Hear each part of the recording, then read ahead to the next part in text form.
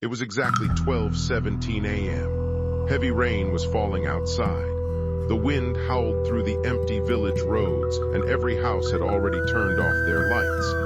Only one small lamp was still glowing inside Rahat's room. He was sitting alone on his bed, scrolling through his phone, trying to ignore the strange feeling crawling inside his chest. Then suddenly, knock, knock, knock. 3 slow knocks hit the wooden door. Rahat froze. At first, he thought maybe it was just the wind. But then the knocking came again. Knock, knock, knock. This time louder. He slowly stood up and looked at the clock. 12:17 a.m. His friend Sajib was supposed to visit earlier that night, but the storm had become too dangerous. So who could possibly be outside now? Rahat walked carefully toward the door. The floor creaked beneath his feet. The knocking stopped. For a few seconds there was only silence, and the sound of rain hitting the roof. Then, with trembling hands, he unlocked the door and pulled it open. Nobody was there. The road outside was completely empty. Only darkness, only rain. Rahat swallowed nervously and stepped back inside. Just as he was about to close the door, his phone vibrated. A new message appeared on the screen from Sajib. "Don't open the door, I'm still stuck near the bridge. I haven't reached your house yet." Rahat's heart stopped. Slowly, very slowly, he turned his head toward the open doorway. If Sajib wasn't here, then who knocked? Suddenly, a cold wind rushed into the room. The light above him flickered once, twice. Then the entire room went dark. Rahat could barely breathe, and then he heard it, a wet sound, drip, drip, drip. Something was leaking onto the floor.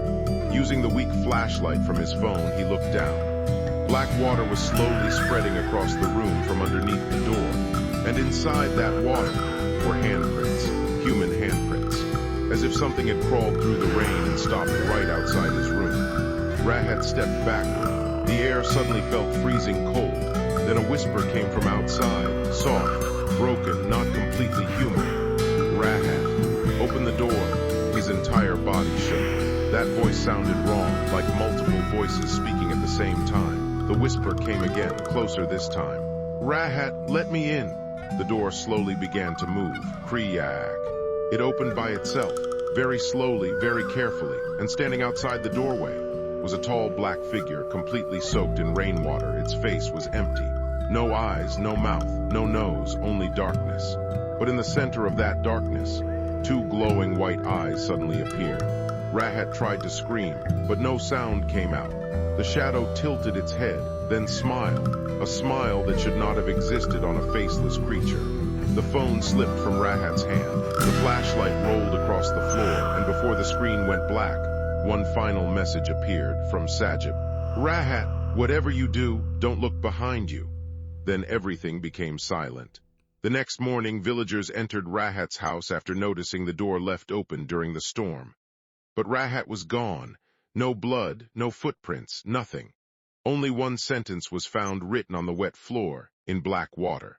He opened the door,